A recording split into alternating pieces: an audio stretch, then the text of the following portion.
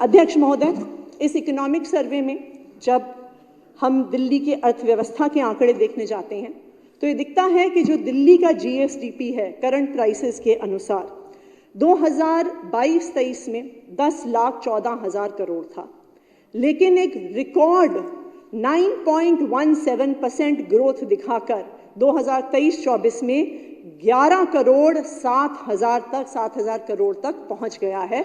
ये केजरीवाल सरकार की अचीवमेंट है। जब दिल्ली की इकोनॉमी देश की इकोनॉमी के साथ 2021-22 में कोविड के दौरान कॉन्ट्रैक्ट हुई थी, तो दिल्ली ही एक इकलौता राज्य है जिसने 2021-22 में 8% के रेट पर और 2022-23 में 7.85% के रेट पर रियल जीएसडीपी ग्रोथ दिखाई है, जो पूरे देश में कहीं पर देखने को नहीं मिली। अध्यक्ष महोदय, दिल्ली में देश की 1.5% आबादी रहती है, लेकिन सिर्फ 1.5% आबादी होने के बावजूद दिल्ली का देश के जीडीपी में 4% की हिस्सेदारी है। ये है केजरीवाल की सरकार। ना सिर्फ इतना, अगर हम पिछले 2 साल के आंकड़े देखने जाएं तो 2021-22 में दिल्ली के लोगों की प्रति व्यक्ति आय 3,70,000 रुपए के आसपास थी और मात्र 2 साल में दिल्ली के लोगों की प्रति व्यक्ति आय 4,61,000 पर पहुंच गई है, यानी 2 साल में 22% बढ़ी है। ये जो प्रति व्यक्ति आय है, ना सिर्फ ये इसने एक रिकॉर्ड ग्रोथ देखा है, पर दिल्ली के लोगों की प्रति व्यक्ति आय देश की प्रति व्यक्ति आय से 2 सबसे बड़ी समस्याएं हैं, वो है महंगाई और बेरोजगारी। आज भारत का जो महंगाई दर है, जो इन्फ्लेशन रेट है, वो पूरी दुनिया में दूसरे नंबर पर है। पूरी दुनिया में सिर्फ एक टर्की देश है जिसमें महंगाई भारत से ज्यादा है। पिछले 10 सालों में हमारे देश में 70% से ज्यादा महंगाई बढ़ी है।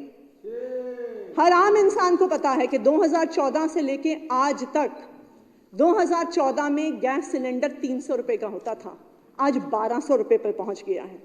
पेट्रोल का दाम 72 रुपए से 100 रुपए पर पहुंच गया है। डीजल का दाम 55 रुपए से 90 रुपए पर पहुंच गया है। देश में महंगाई का दर 2023 में 5.65% था, जो मुझे लगता है कि पिछले देश के 75 साल के इतिहास में शायद इतना महंगाई दर नहीं रहा।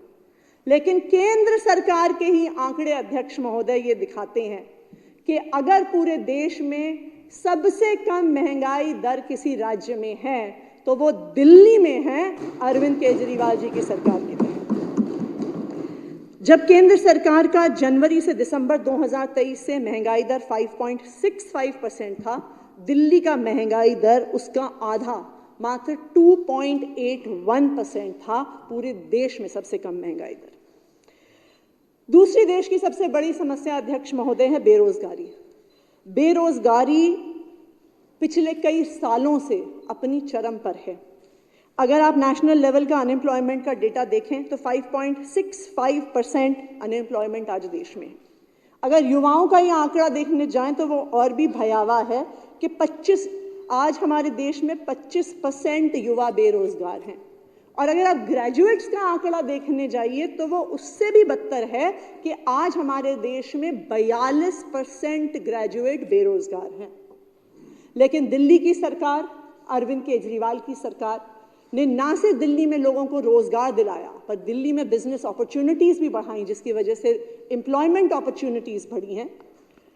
दिल्ली में 2020-21 में अनएम्प्लॉयमेंट रेट, बेरोजगारी का दर 6.3% था, लेकिन पिछले 2 सालों में कोविड के बाद फिर से इकोनॉमी को जो फिलिप देने का, बूस्ट देने का प्रयास हमारी सरकार ने किया है।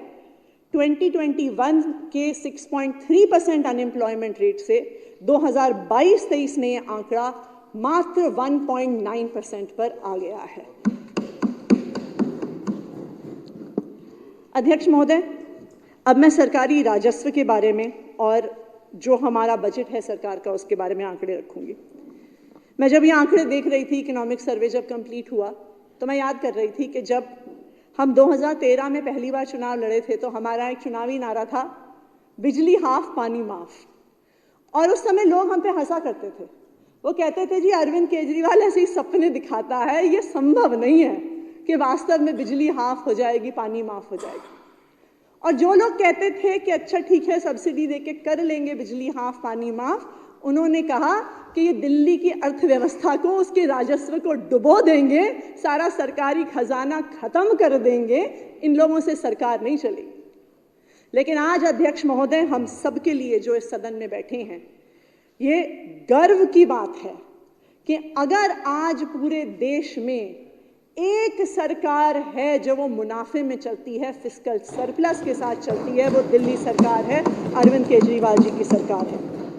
2021-22 में दिल्ली का रेवेन्यू सरप्लस 3,270 करोड़ था और 2022-23 में ये बढ़ के 14,450 करोड़ हो गया कि इतना खर्च करने के बाद भी जितना हमारा खर्चा है उससे ज़्यादा राजस्व दिल्ली सरकार के पास है, उससे ज़्यादा रेवेन्यू दिल्ली सरकार के पास है। दिल्ली सरकार ने 2022-23 में अपने राजस्व में 18% की वृद्धि को देखा है। और ना सिर्फ इतना, जैसा मैंने आपको कहा कि दिल्ली सरकार इस देश की एकमात्र मुनाफे में चलने वाली फिस्कल सरप्लस वाली सरकार है, और इसका कंपैरिजन मैं केंद्र सरकार से रखना चाहूंगी अध्यक्ष महोदय। आज की जो हमारी जो केंद्र सरकार है वो वास्तव में उधारी की सरकार है। 2014 से लेके 2024 तक के अगर आप आंकड़े देखिए, 2014 में हमारे देश का डेट 55 लाख करोड़ था, यानी आज़ादी से लेके 2014 तक 55 लाख करोड़, लेकिन मात्र 10 साल में वो 155 लाख करोड़ हो गया है, यानी देश की उधारी 3 गुना बढ़ गई है। एक आंकड़ा होता है इकोनॉमिक सर्वे में, debt as percentage of GDP, यानी हमारे देश के जीडीपी का कितना हिस्सा वास्तविक तौर पे उधारी है, डेट है जो हमें वापस करना है। 2014 में ये आंकड़ा था 67%, लेकिन पिछले 10 साल में ये बढ़ के 92% हो गया है। तो आज देश का 92% जीडीपी का हमारा डेट का हिस्सा है। और इसके विपरीत दिल्ली में अध्यक्ष महोदय, जो एक फिस्कल सरप्लस बजट की मैं बात कर रही हूँ, एक मुनाफे की बजट की मैं बात कर रही हूँ, ये हमें पिछली सरकारों से नहीं मिला है। पिछली सरकारें डेट लेती आई थी, लोन लेती आई थी, अपने राजस्व से ज्यादा खर्चा करती आई थी। तो इसलिए जब दिल्ली में हमारी अरविंद केजरीवाल जी की सरकार बनी तो काफी उधारी दिल्ली सरकार पर भी थी। तो एक आंकड़ा होता है अध्यक्ष महोदय, ratio of interest payment to revenue receipts, यानी कितनी उधारी दिल्ली सरकार पर है कि जितना राजस्व है उसमें से कितना % हिस्सा हमें उधारी चुकाने में, उसका इंटरेस्ट चुकाने में देना पड़ता है। अध्यक्ष महोदय, 2012-13 में ये आंकड़ा ratio of interest payment to revenue receipts 11.2% था, लेकिन अरविंद केजरीवाल जी ने जितनी समझदारी के साथ ये सरकार चलाई है, ये आंकड़ा 11.2% से घटकर आज मात्र 5.2% रह गया है। इसका मतलब है कि दिल्ली सरकार ने अपनी उधारी को समाप्त किया है, कम किया है, फिर भी इतनी शानदार सरकार चलाई।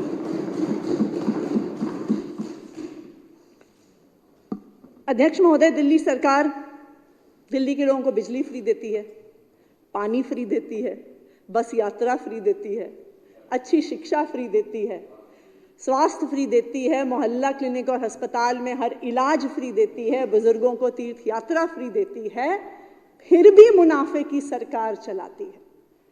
हमने एक स्टडी करवाई थी हमारे प्लानिंग डिपार्टमेंट ने, तो उन्होंने दिल्ली के 3,500 परिवारों के साथ सर्वे किया।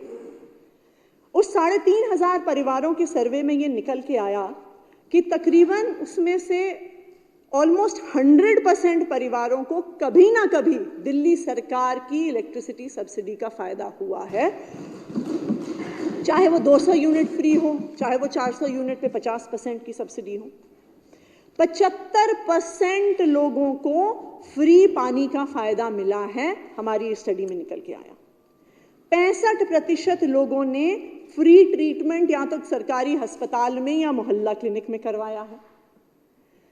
58% परिवारों की महिलाएं दिल्ली सरकार की फ्री बस यात्रा की सुविधा लेती हैं और 44% परिवार दिल्ली सरकार के शानदार सरकारी स्कूलों में अपने बच्चों को भेजकर अपना पैसा बचाते हैं। तो हर महीने हर परिवार का हजारों रुपए दिल्ली सरकार की पॉलिसीज की वजह से बचता है। अध्यक्ष महोदय, ऐसा नहीं है कि इन सब सुविधाओं के बावजूद दिल्ली की अर्थव्यवस्था बढ़ रही है, राजस्व बढ़ रहा है। मैं तो इस सदन को यह बताना चाहूंगी कि इन सब सुविधाओं की वजह से ही दिल्ली की अर्थव्यवस्था बढ़ रही है, दिल्ली का विकास हो रहा है। आप देखिए कि हर परिवार में बिजली फ्री, पानी फ्री, बस का किराया फ्री, स्वास्थ्य फ्री, हजारों रुपए हर परिवार के हर महीने बचते हैं अरविंद केजरीवाल जी की सरकार की वजह से। ये कहां जाता है पैसा? ये पैसा, आंकड़े ये दिखाते हैं, हमारी ये स्टडी ये दिखाती है कि उसमें से तकरीबन 62% जो परिवार हैं वो उसे जमा करके नहीं रखते, वो उसे खर्च कर देते हैं, चाहे खाने का सामान खरीदने में, चाहे अपने बच्चों को किताबें दिलवाने में, चाहे अप्लायंसेस खरीदने में, चाहे फ्रिज खरीदने में, चाहे एसी खरीदने में। तो ये 1,500 करोड़ रुपए से ज्यादा दिल्ली की अर्थव्यवस्था में घूमता है, दिल्ली की अर्थव्यवस्था को लिक्विडिटी देता है। हम law of supply and demand की बात पढ़ते आए हैं हमेशा से अपने इकोनॉमिक्स में। तो जो अरविंद केजरीवाल जी की सरकार ने सब्सिडीज देकर दिल्ली वालों की जेब में पैसा डाला है, उन्होंने इकोनॉमी में डिमांड क्रिएट की है, जिसके माध्यम से अब लोग बाजार में सामान खरीद रहे हैं, उनकी एक्सपेंडिचर करने की योग्यता बढ़ी। और यही कारण है कि अगर आप कोविड के जो इकोनॉमी श्रिंक हुई, जो डिप्रेशन आया इकोनॉमी में, दिल्ली की रिकवरी की स्पीड सबसे ज्यादा रही अरविंद केजरीवाल जी की सरकार की इन पॉलिसीज की वजह से। अध्यक्ष महोदय, जैसा कि आप जानते हैं, अब हमारा 9 बजट केजरीवाल सरकार इस सदन में प्रस्तुत कर चुकी है, 10वां बजट आने वाला है। हमारे बजट में हर बार सबसे बड़ा हिस्सा, तकरीबन 1/4 हम शिक्षा को देते हैं। और इस बार रिजर्व बैंक ऑफ इंडिया की रिपोर्ट आई जो हर स्टेट के बजट का एनालिसिस करती है, और उस आरबीआई की स्टेट बजट एनालिसिस की रिपोर्ट ने यह दिखाया कि 2022-23 में अगर हम सारे राज्यों ने कितना व्यय किया, कितना एक्सपेंडिचर किया, तो दिल्ली सरकार ने पूरे देश की सरकारों में से सबसे ज्यादा व्यय शिक्षा पे किया, 21.1% किया, जबकि पूरे देश में औसत मात्र 13.5% है। हमारे बोर्ड रिजल्ट्स के आंकड़े, आईआईटी जेईई के आंकड़े, ये तो अक्सर हम रखते ही हैं सदन में, लेकिन आज मैं एक और आंकड़ा सदन के सामने रखना चाहूंगी कि दिल्ली की ग्रोस एनरोलमेंट रेशियो, यानी कितने बच्चे हैं जो दिल्ली में स्कूल में पढ़ रहे हैं। अक्सर हम देखते हैं जब बच्चों को स्कूल भेजने की बात आती है तो स्कूल के शुरुआती सालों में तो बच्चों को स्कूल में एडमिशन दिलवाया जाता है, लेकिन जब सरकारी स्कूल में पढ़ाई की व्यवस्था ठीक नहीं होती है तो अक्सर एक गरीब माता पिता को लगता है कि भाई कुछ पढ़ तो रहा नहीं है, कुछ सीख तो रहा नहीं है, नौकरी तो मिलनी नहीं है, तो इसको स्कूल से बाहर निकाल कर काम ही करवा लो, 2 पैसे ही कमा लेगा। लेकिन अगर, और मुझे लगता है कि यह आंकड़ा दिल्ली के सरकारी स्कूलों में कितना सुधार आया है उस बात को दिखाता है कि ना सिर्फ दिल्ली का gross enrolment ratio primary schools में हाई है, लेकिन सीनियर सेकेंडरी स्कूल में यानी 11वीं 12वीं में, जबकि पूरे देश में 57.05% ही बच्चे 11वीं 12वीं तक पहुंचते हैं, दिल्ली में ये आंकड़ा 95% है। इसका मतलब जो बच्चे स्कूल में घुसते हैं नर्सरी में पहली कक्षा में, वो अपनी 12वीं तक की पूरी पढ़ाई करके ही बाहर निकलते हैं, वो ड्रॉप आउट नहीं होते, शिक्षा व्यवस्था से बाहर नहीं निकलते। अध्यक्ष महोदय, हमारा इकोनॉमिक सर्वे ये भी दिखाता है कि केजरीवाल सरकार ने 16.17% खर्चा पब्लिक हेल्थ और फैमिली वेलफेयर पे किया। दिल्ली में हेल्थ का बहुत इंफ्रास्ट्रक्चर है अध्यक्ष महोदय, वो दिल्ली सरकार का भी है, एमसीडी का भी है, प्राइवेट भी है, जिसमें 92 hospitals, 39 primary health centres, 1650 dispensaries, 124 maternity homes, 46 polyclinics, 1000 nursing homes हैं। लेकिन इस पूरे आंकड़े में से एक बड़ी संख्या दिल्ली का जो पूरा हेल्थ इंफ्रास्ट्रक्चर है वो केजरीवाल सरकार का ही है। आज केजरीवाल सरकार के पास 38 मल्टी स्पेशलिटी और सुपर स्पेशलिटी हॉस्पिटल्स हैं, 521 मोहल्ला क्लिनिक हैं, 175 डिस्पेंसरीज हैं, 60 प्राइमरी अर्बन हेल्थ सेंटर्स हैं, 30 पॉलीक्लिनिक्स हैं, 55 आयुर्वेदिक डिस्पेंसरीज हैं, 25 यूनानी डिस्पेंसरीज हैं और 117 होम्योपैथिक डिस्पेंसरीज हैं। अध्यक्ष महोदय, ना सिर्फ हमने अच्छी स्वास्थ्य की व्यवस्था दी है, लेकिन अब आंकड़े देखिए, कुछ ऐसे आंकड़े होते हैं जिनको इंडिकेटर माना जाता है कि आपकी ओवरऑल शहर का, आपके राज्य का हेल्थ क्या है। तो अगर आप एक ऐसा आंकड़ा माना जाता है इन्फेंट मोर्टेलिटी रेट, कि आपके जब बच्चे पैदा होते हैं तो उनका मोर्टेलिटी रेट कितना है, क्योंकि उससे माता का स्वास्थ्य कैसा है, आपकी हेल्थ केयर फैसिलिटीज़ कैसी हैं, वो सारे फीचर्स फैसिलिटीज़ उसमें रिफ्लेक्ट हो जाते हैं। अध्यक्ष महोदय, पूरे देश का इन्फेंट मोर्टेलिटी रेट का आंकड़ा 2.8% है, लेकिन दिल्ली का उसका आधे से भी कम है, मात्र 1.2%। पूरे देश का नियोनेटल मोर्टेलिटी रेट 2% है, दिल्ली का उससे आधे से भी कम 0.9% है। पूरे देश में अंडर 5 मोर्टेलिटी रेट बच्चों का 3.2% है, दिल्ली का उसका 1/3 है 1.4%। यानी हम अपने बच्चों को, उनकी माताओं को, सबको अच्छे स्वास्थ्य की सुविधा दे पाएं।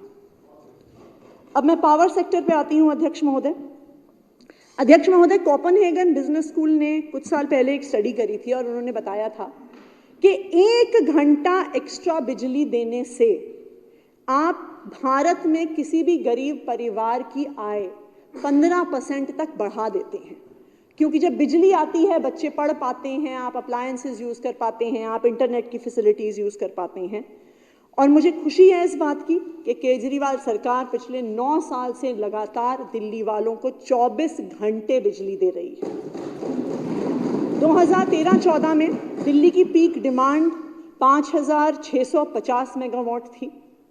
ये 2022-23 तक आते आते 7,700 मेगावाट पहुंच गई, लेकिन फिर भी केजरीवाल सरकार ने ये बिजली दिल्ली वालों को बिना किसी पावर कट के, बिना किसी लोड शेडिंग के लगातार दी है। अध्यक्ष महोदय, ना सिर्फ इतना, जो AT&C लॉसेस होते हैं, जो बिजली की चोरी होती है, वो 2012-13 में 16% था, पिछले 10 सालों में 1/3 हो गया है, मात्र 6% रह गया है।